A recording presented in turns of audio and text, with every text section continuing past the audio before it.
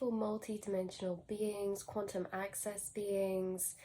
Welcome back, or hello if you're new, to another channel reading and message for you beautiful souls. This channel reading and message is really coming through very profoundly. And just on a side note, you guys, there are some very, very amplified, intense pulls and pockets of energy surging their way through the collective, especially for souls who find these readings. You are literally a collective receptor.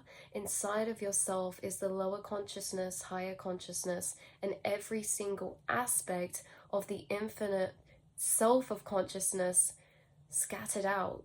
So it's interesting because in this reading, what it was really channeling through was bringing through this triangle symbolism and the creation of the Trinity, and saying how you create the Trinity within yourself because you are the awareness of your awareness. Because this is how you guys have what we could define in so many different 3D labels, you know, shadow and light, lower consciousness, higher consciousness, ego and the higher self, all these different dualities that we could name or label it as yin and yang. You have divine feminine, divine masculine, you know, you have these different aspects in you. And for now, we'll stick to lower and higher consciousness, or the experiencer consciousness and the creator consciousness. And in this way, you are the observer to these aspects of yourself. And these aspects of yourself are your inner conversations, in your inner dialogue. You have many inner dialogues and aspects of self and higher guides and spirits that intertwine within your inner monologue. But for you guys, what's coming through in this reading is this bouncing between your lower and higher consciousness, how you have this inner dialogue sometimes between your lower higher consciousness, where they can either collaborate, one learns from the other, one teaches the other, you know, one experiences and the other observes and pulls information from those experiences and gains higher understandings. But sometimes these inner dialogues, lower and higher, can almost fight sometimes. And actually what's coming through is the scene from Lord of the Rings. It's when Gollum and Smeagol are in this conversation with each other, and Gollum's like, he's not your friend, you know, he's this and that, no one likes you, they're all gonna leave you. And then the Smeagol is like, I'm not listening, we like Master, like Master is our friend. And then in the end, Dobby like banishes, not Dobby, so weird, not Dobby, but Smeagol banishes Gollum. But this is a perfect example of this lower and higher dialogue, and why you are the Trinity is because you do not flick from the experience of one to the next. You are the observer of the two experiencing and interacting with each other. So inside of yourself, inside your inner dialogue, you are actually the observer, like you're watching these two aspects or these two dynamics of energy, the experiencer and the higher awareness. You're watching them interact together. And why I find this interesting is because as much as these are interacting together, they're interacting through frequencies of programming. Your higher awareness is the creator of thoughts, because it's almost as if you're applying a conversation and you're generating that yourself, whereas a lower awareness is actually already generated thought. They're just frequencies that are translated into inner thought from our subconscious programmings. And you guys are aware as well that as much as you guys have been higher consciousness, lower consciousness, interacting with the two, using your higher consciousness to learn and understand your lower, and using the lower to be a gauge of experience for your higher. And in this way, it's very interesting because, yeah, you are the observer to these two, and they're showing you your subconscious and your shadow cycles and everything like this. And then you're able to gain these higher planes of perspective from your higher consciousness.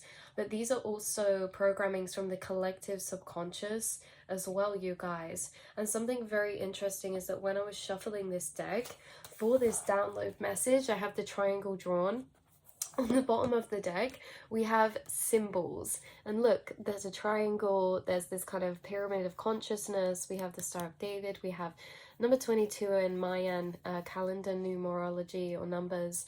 And this says ancient languages, ancient scrolls and scripts, carvings and drawings and geometry. But why this is relevant is because this whole channel message of you being the higher awareness or the awareness of awareness is you creating this trinity, because now you do not have your lower and higher. Within the stepping out of both of them, you create the top, the higher observer of the two. So this is interesting because we're talking about the experiencer and the higher awareness, and yet there's still a higher awareness to the higher awareness. Something you bring through is this infinite frames of consciousness, where you can be the observer and then you're the observer to the observer.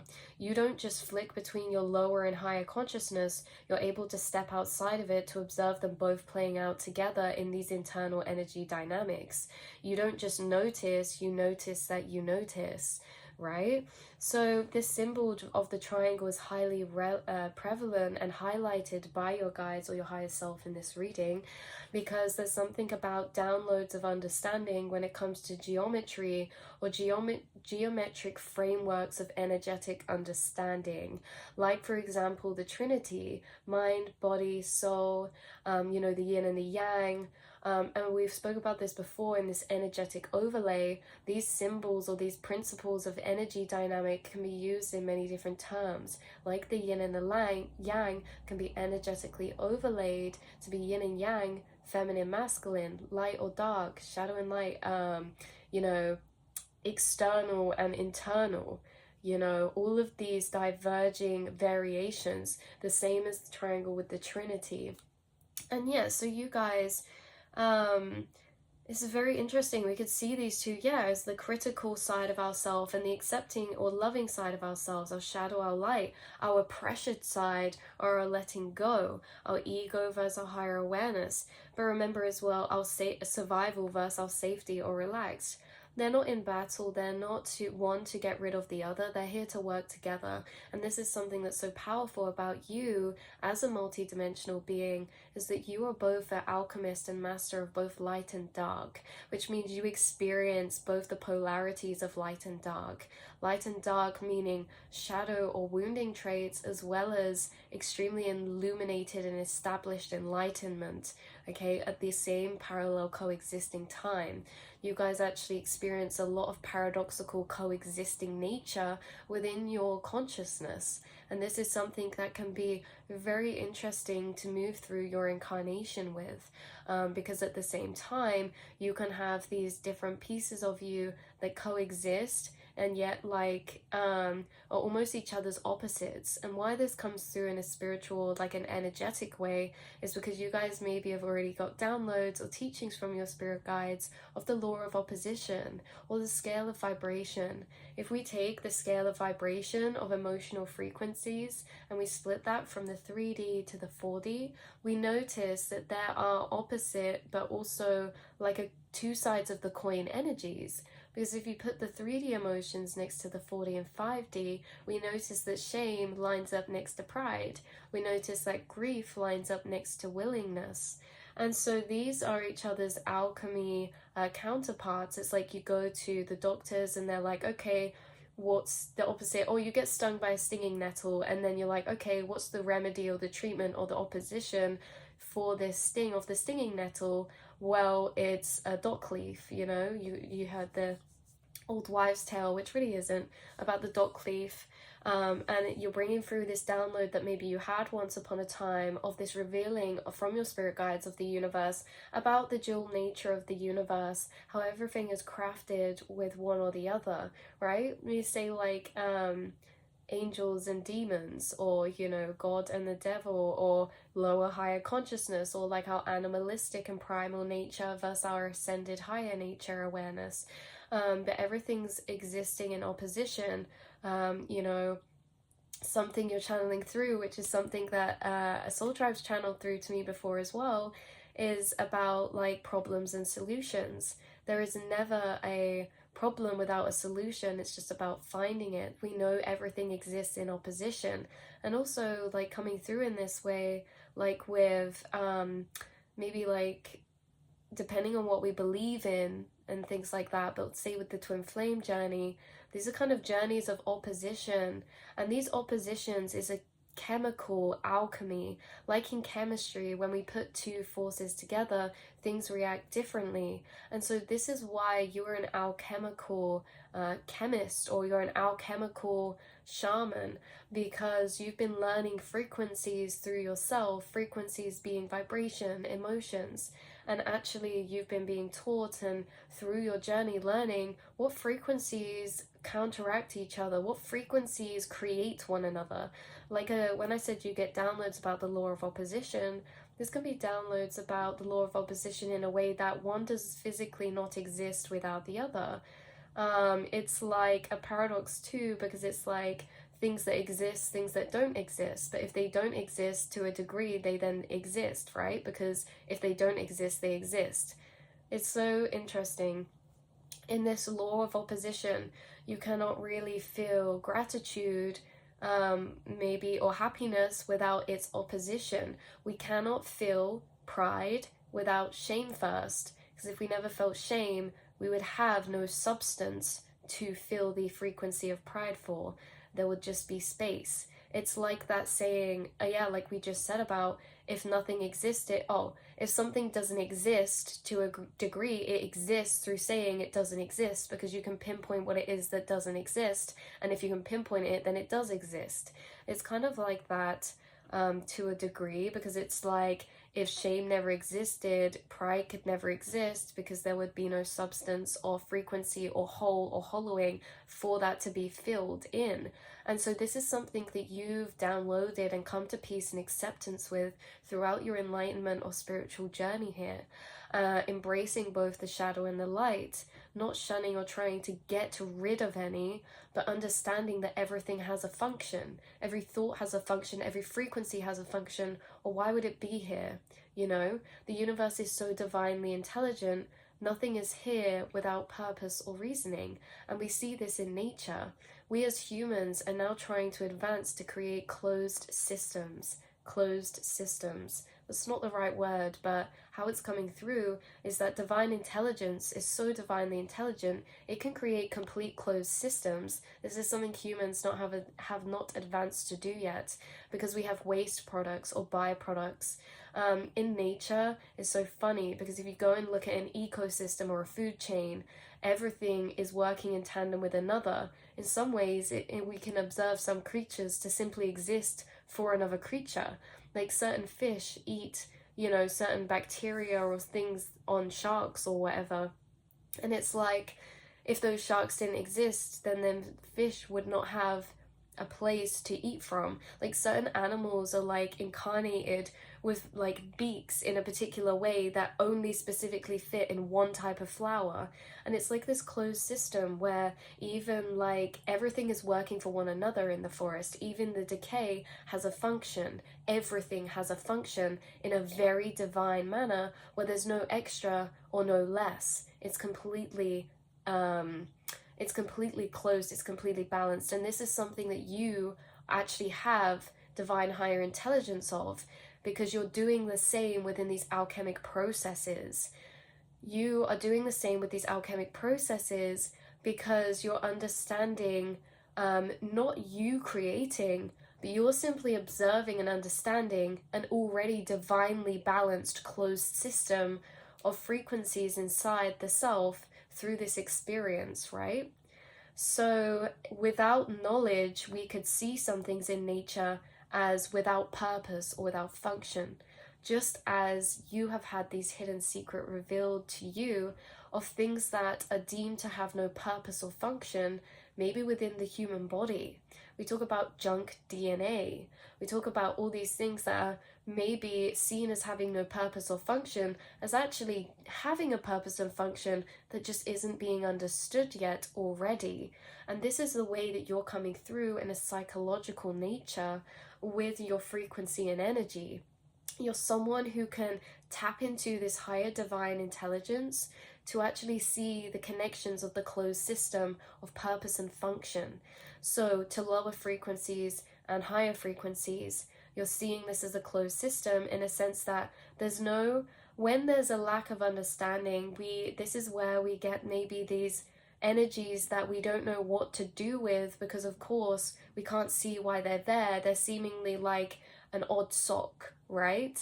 But it's like you guys have downloads that actually integrate maybe energies inside the collective subconscious that are seen as not having a purpose or function, or maybe having a misunderstood or yet to be understood purpose or function. This is what you're holding, really, really special downloads about, you guys. Really special downloads. You're able to see the divine purpose and function within things that are misunderstood by consciousness up to this point so far. And so in this way, you are a divine shadow and light being. You are a shadow worker and a light worker. You are as much dark as you are light, okay? And this is interesting because it's like, yeah, as a light worker, you are not fully light, happy, frequencies positive all the time. And in fact, a lot of your positive gratitude perspectives have actually come from times of lower frequency and experience. And something else that's being brought through by your soul is that when you're in a dream, you know that saying, pinch yourself to know if you're dreaming? You pinch yourself hard enough, you wake up. Pinching is a pain. Pinching is a pressure. And it's kind of interesting how you guys are bringing these downloads to me of the dark night of the soul and awakening, how these are a tool for each other, how the lower self must be crafted in order for there to be a higher self. And so it's very interesting how you're bringing this through, because yeah, with the lower and the higher consciousness, it's it's like the lower has to be crafted for the higher. My train of thought for a second there, but I think we were saying and on the loop of the lucid dreaming. Maybe you guys have lucid dreamed before, or maybe we can pertain this to the dark night of the soul and then awakening, becoming lucid in realizing this is a dream. And sometimes in order to realize this waking reality is a dream, we actually experience this pinching. And this pinching is an emotional pinching. It's an emotional amplification and intensification that actually is so strong that it pinches us awake. And there's certain times I'm tapping into a frequency of energy. You're actually being compared to now to the epsilon and the lambda waves, I think they're called. These waves, it's so funny actually. These are frequencies that are actually still yet to be understood by science. You know, we have the beta, the theta, all those different brainwaves. There's also lambda and epsilon, and these are yet to be understood because they both hold like some of the lowest, longest frequencies as well as some of the highest and shortest at the same time. You see, they hold the opposition within the one. And this is why it's interesting, is because they're yet to be understood by science too. And it's kind of like in these energy dynamics I'm tapping into of you, there could have been spaces in time where you were being essentially metaphorically pinched in order to awaken. And in these times could have been the times of the most soul despair, emotional intensity, or emotional low points. And in these low points, you actually access a liminal lucid state of consciousness where maybe you experience certain things in reality that is almost like the matrix glitching out. It's like you entered this emotional intensity that almost glitches out reality, like something could have moved around you. It's like spirits can interact more within your reality. In these states of consciousness you interact with or enter in, but as much as the lowest point, it's like this point that you're at when you were at that pinching or these really intense low frequencies. They're also the points where you channel the strongest with spirit energies, or where you tap into some very, very, very high states of perspective of consciousness in a very trippy way that's really more correlated to the energetic abstract nature of consciousness. So not necessarily things like heaven or life after death, but really the energetic quantum planes of experience, which are very liminal, very paradoxical, and can almost feel like you're floating in space, very far away.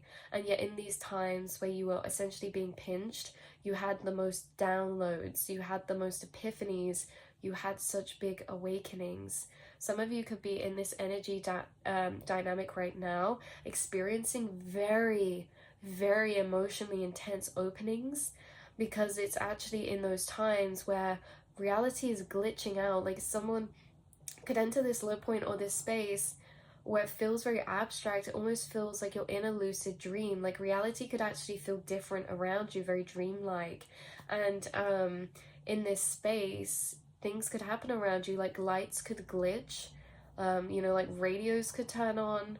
There could be electrical interference when you're in these planes of consciousness, actually. And it's very interesting to describe, because as much as I'm saying like these low points, they're actually your highest and lowest points simultaneously at the same time.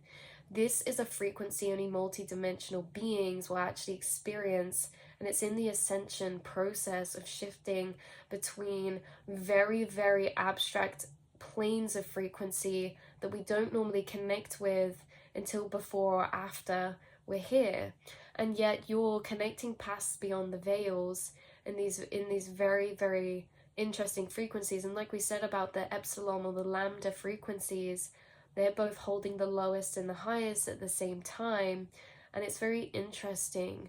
So you are a shadow and a light worker, and this is not to be misunderstood for, being positive all the time or this or that, because a lot of these positive, seemingly higher truths you've found have actually been within shadow journeys or very intense abstract journeys. I'm also getting a download for someone about DMD production within the body, the spine, or the brain, and how these states of consciousness that we're talking about, the lowest and the highest at the same time, could actually be in these states of release of DMT, which is essentially like your multi-dimensional vessel, using that as a chemical of multi-dimensional travel. The same as like a rocket ship floating through space. It's floating, and there's certain times where it spurts out rocket fuel.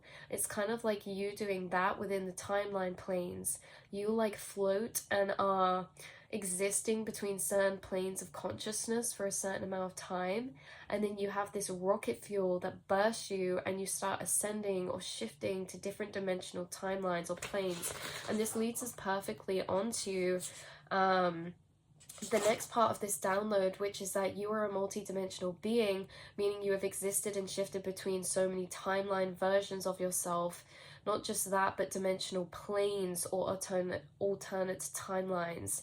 This means versions of you are shifting between, where particles traveled on different paths. These different versions took different paths in the past, which ultimately means every time you shift, maybe you have a different style, a different music taste, maybe you're around different people, you speak differently, certain things about you change. And it's like the conscious awareness, okay? Not the lower, not the higher, the observer of the both follows you throughout these shifts with you internally as this kind of journey or this memory. And yet you have been in many different multi-dimensional or alternate multiverse versions of yourself. You've died in many timelines and shifted to many other versions of yourself. And yeah, this is interesting because, like I say, you've been many different people at many different points in time. And literally that, points in time, because we're seeing this as points, okay, as points within non-linear time. And so of course you understand that your path, your life, your journey, everything that's happened in it has actually happened in infinite pathways of possibility. So when we talk about you shifting to different versions of yourself or multiverse avatars, you're essentially shifting into different paradigms of yourself that had actually different past paths. The same as in the double slit experiment. When the atom travels to the future, it can actually change which pathway it took in the past. And you guys do this because when you go for awakenings or ascensions, often a lot of the time it brings a lot of epiphanies or downloads or shifts in perspective to how we actually view the storyline of our life up to this point. There's certain memories or experiences that come raised to the surface and others that fall to the background that create a different storyline. It creates a different storyline of experience. Because at one point in one version of yourself, you would have a reference storyline to the journey to the point of who you are, where certain experiences actually maybe would be not forgotten, but so far in the background. And then there's other versions you flick to where certain experiences that were maybe far in the background of other versions are actually very far forward in these other versions. And in that way, it creates this kind of understanding of the story that we give to ourselves, or our journey of how we got to this point. Right now, you may be shifting to a different multiverse version of yourself, which means that different storyline points or experiences could be becoming raised to the surface to connect into a new storyline of how you feel yourself traveled up to this point. Do we understand that? Because it's like how you feel you've traveled up to this point. You've had so many different experiences, and sometimes they weave together to create this storyline. But when we shift and ascend, the storyline of our past changes because certain experiences we maybe didn't acknowledge or that were laying in the background actually become part of our more prevalent main experience points up in that story. And these main prevalent experience points that we refer back to as the storyline of ourselves, these things are interchangeable because some of the main points can be background points and shift for other main points. And this is how we're shifting between these different pathways that we've taken, because in different pathways that we've taken, the emotional intensity or the prevalence or the purpose of certain experiences was more detrimental in certain timelines than it was in others.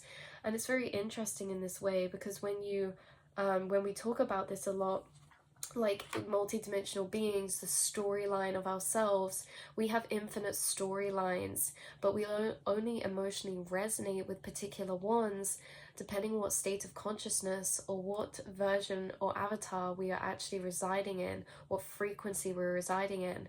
So it feels like you're shifting up more and more out of timeline versions of yourself into new aspects or versions of yourself that is actually almost weaving all of your experiences together into the timeline up to the point that creates you. Instead of there being like some back here, some up here, shifting in and out, it's like everything's being actually woven together in a new linear way from these very non-linear energetic experiences you've endured through this incarnation.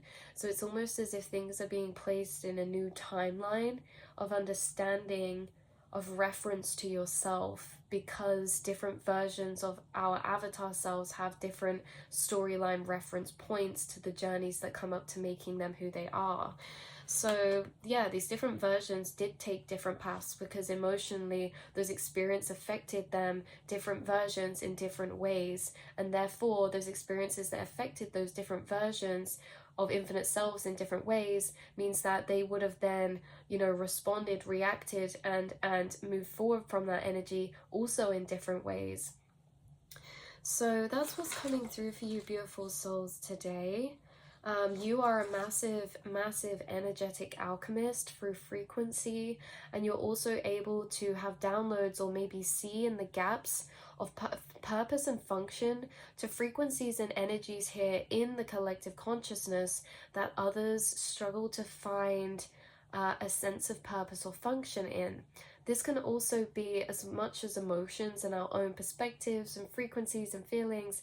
It's also about soul contracts, soul dynamics, because in this way you understand, in this level of frequency we're connecting on, that consciousness is just running through all of us.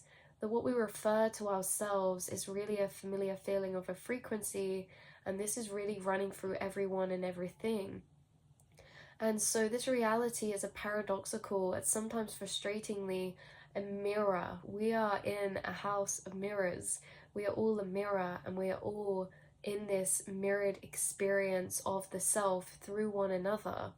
And, I'm seeing like that scene from Divergent where she goes in to do the test to see what house or what faction she'll be in. And when she goes in to do the test, it's like everything turns into mirrors and she can see herself in 1,000 different ways, and she goes to touch the mirror and then they all kind of crackle. And it's kind of like that, you guys. We're all just mirrors of each other here, and so you can see the purpose and function to things that other people can't within soul contracts or soul dynamics, because you're actually correlating and connecting them to from an inner to outer experience. You're actually correlating and connecting the mirrored nature of your 3D with your internal subconscious, and in this way you've been syncing them up. So it's very, very profound, very powerful. And again, certain things that are made as lower statements of judgmental observation, like, oh, well, they're just this type of person, or oh, like these judgmental statements are actually limited, closed statements, because they do not expand into deeper purposes or functions. When we're talking about your higher consciousness, you know, your higher observer, your higher self, we're saying that they can observe things from a space outside of limited observation. So they don't just make observations that put a cap or a close on something as a statement. They actually open up, your observations actually open up energy to their deeper purpose or function, very much detached from this closed, limited space of frequency or understanding. So this is very powerful. You're a powerful alchemist. You have information about maybe the body, the mind, or the soul, or things here that people forgot their purpose or function to, or struggle to understand their purpose or function to, or reject their purpose or function. Some of these deeper understandings you hold about purpose or functions when it comes to alchemy, frequency, experiences, this or that, certain people actually reject this entirely. They don't even make a statement, they just reject that this thing could ever be a purpose or function, and they see no point to its existence in society, right? Or in the collective experience. Whereas you guys understand that divine intelligence created this whole experience. So why would there be things that didn't have a purpose or function when we look at when we look at the ecosystem, when we look at divine intelligence, when how everything's so balanced? You know, they say you shift gravity by 0.1% or something, and everyone would fly off the earth. You know, you take one living thing out of an ecosystem and it breaks the whole food chain. There is nothing that at first things can seemingly have no purpose or function, but you guys are bringing through the download that there is simply nothing without that. And actually in the assumption of that is assuming that we're in a very maybe opposite to intelligent universe.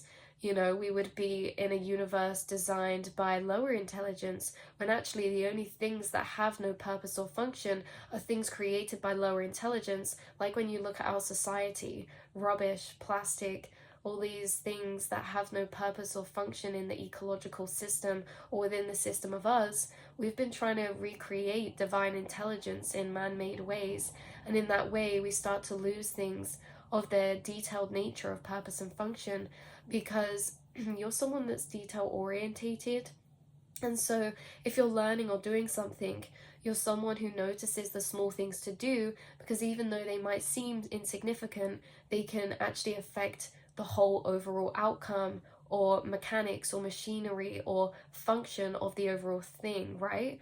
So it's like within cooking, when you bake a cake, there may be certain things that you do that have a point, purpose, or function that others don't understand what that is for, because it's such a subtle energy of purpose or function that it affects your overall cake at the end. And someone might be like, well, your cake has bigger bubbles in it, like it just is so spongy. I don't understand, we did all the same things.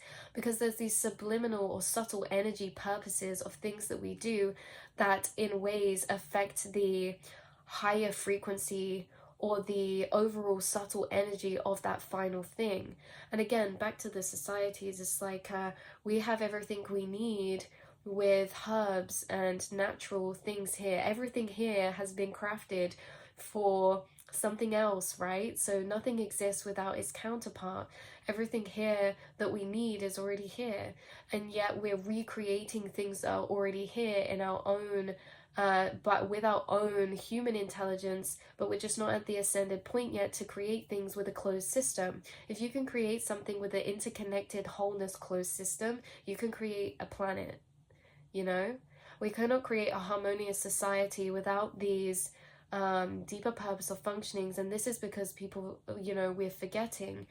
We forget about the subtle things, we forget about the little things, or it's the uninclusivity that we see as separation, and this separation or this illusion of separation doesn't allow us to be in a harmonized, closed, fully connected, interconnected system. You know, it's like tree roots, how all interconnected. It's kind of like that. But yeah, there's nothing in nature that is not without a purpose or function, even if we don't realize at first. And that's something that you guys understand about your life, your experience, consciousness, and society, and the universe. That this place is too divinely intelligent for us to say something, you know, has no point, because everything here is not just randomly created. Imagine you make a simulation in a video game. You don't just accidentally have leaves scattered around on the floor. You'd have to code them in one by one. Everything here in this dreamlike reality is like that too. Everything is not just random, and there's no things that are just there. Everything is there with a purpose or function, the same as everything can be divinated. It's just sometimes we're blocked off from the maybe deeper underlyingness of that, but this is something you are tapping into, the divine intelligence of. So I love you guys so much, and I will see and speak to you all in the next reading, beautiful souls. Mwah.